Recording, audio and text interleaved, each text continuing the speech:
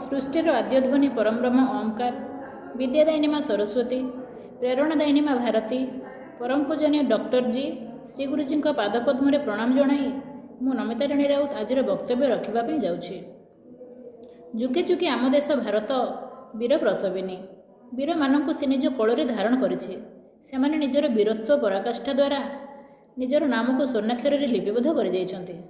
सेहीपरि जणे वीर बालक थिले भरत। तांको नाम को अनुकरण करी आम देशर नाम भारतवर्ष बोली रखा जाइथिला। प्रथमे जानिबा तांकर पितामाता संबंध में। एकदा हस्तिनापुर राजा दुष्यंत मृग्या निमंते बण को जाइथिले। सेठारे कन्नमुनि आश्रम तांकर साक्षात होइतिला कन्नमुनिंकर पालिता कन्या शकुंतला सहित।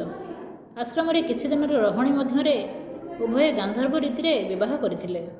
किंतु सेतेबेले कन्नमुनि आश्रम नथिबा कारणरू पितांक अगोचर झील किपरि विदा होई निज पति संगे जाइपारि थांता। सुतरां सेपटे हस्तिनापुर राजकार्य बाधाप्राप्त होउथिला। तेणु राजा मुनि अनुमति क्रमे पत्नी को नहीं जिबार प्रतिश्रुति देई एवं निजर संतक स्वरूप एक मुद्रिकाटीए शकुंतला को देई सेठारु विदाय नेले। किंतु विधिर विडंबना दुर्वासा ऋषिंकर अभिशाप कारणरू राजा विस्मरी देले प्राणप्रिया पत्नी को। दिन पर दिन बीतीगले राजा न आसबारू मुनि निज कन्यार शाशुघर को जीवार व्यवस्था कले।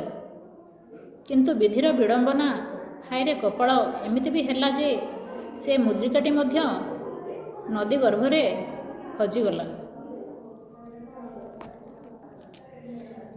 राजांकर विस्मरण हेतु से शकुंतला को चिन्हि पारिले नहीं। नाना प्रकार कटुशब्द प्रयोग कले निज राजसभारे। अपमान जर्जरिता होई शकुंतला सेठारु विदाय नेले। तांकर अप्सरा माता मेनका तांको नहीं सेठारु कश्यप मुनि आश्रम तांको छाड़ीदेले। सेहिटारे ही जन्म नेला वीर बालक भरत। तांकर बाल्यकाल बणरे ही बीतीथिला। तेणु वन्यजंतुक सह खेली से बड़ होइथिले। तांकर अन्य एक नाम सर्वदमन मध्य थिला। कारण से छोट बेल ही राक्षस दानव हिंस्र जंतु मानक दमन करथिले। तेणु समस्ते तांकर वश्यता स्वीकार करथिले। कालक्रमे राजा दुष्यंत तांको मुद्रिकाटी मत्स्य गर्भरू प्राप्त होला परे तांकर समस्त वृत्तांत मने पड़ जाइथिला। सेतेबेले से शकुंतला को जेते खोजिले मध्य और पाई नथिले। किछि वर्ष बीतीगला परे दिने से कश्यप मुनि आश्रम देखिले जे एक छोट बालक सिंह शावक सह खेलुछि। यह देखि तांकर आश्चर्यर सीमा रहिला नहीं। से भाविले एते छोट शिशु किपरि एक हिंस्र जंतु सह खेली पारुछि। तेणु से तार परिचय जानिबाकू इच्छा कले। परिचय खोजु खोजु से जानिले जे से हेउछि शकुंतलांकर पुत्र अर्थात निज पुत्र। यह देखि तांकर आनंदर सीमा रहिला नहीं।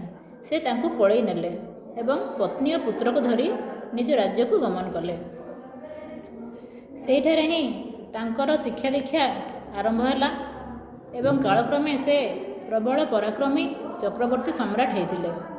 राजा दुष्यंत और शकुंतलाकर पुत्र भरतंकर गणना महाभारत रे वर्णित 16 जन सर्वश्रेष्ठ राजा मध्य हुए। यह मान्यता अच्छी जे तांकरी नाम रे ही आम देशर नाम भारतवर्ष होइछि। सेहीपरि आमे मध्य तांको पाखरु से वीर पराक्रम गुण शिखी निजको निज आगामी वंशधर को सेपरी हवा पाई प्रेरणा दबा। एतिकी कही मु मोर वक्तव्य को विराम देउछि। वंदे मातरम। भारत माता की जय।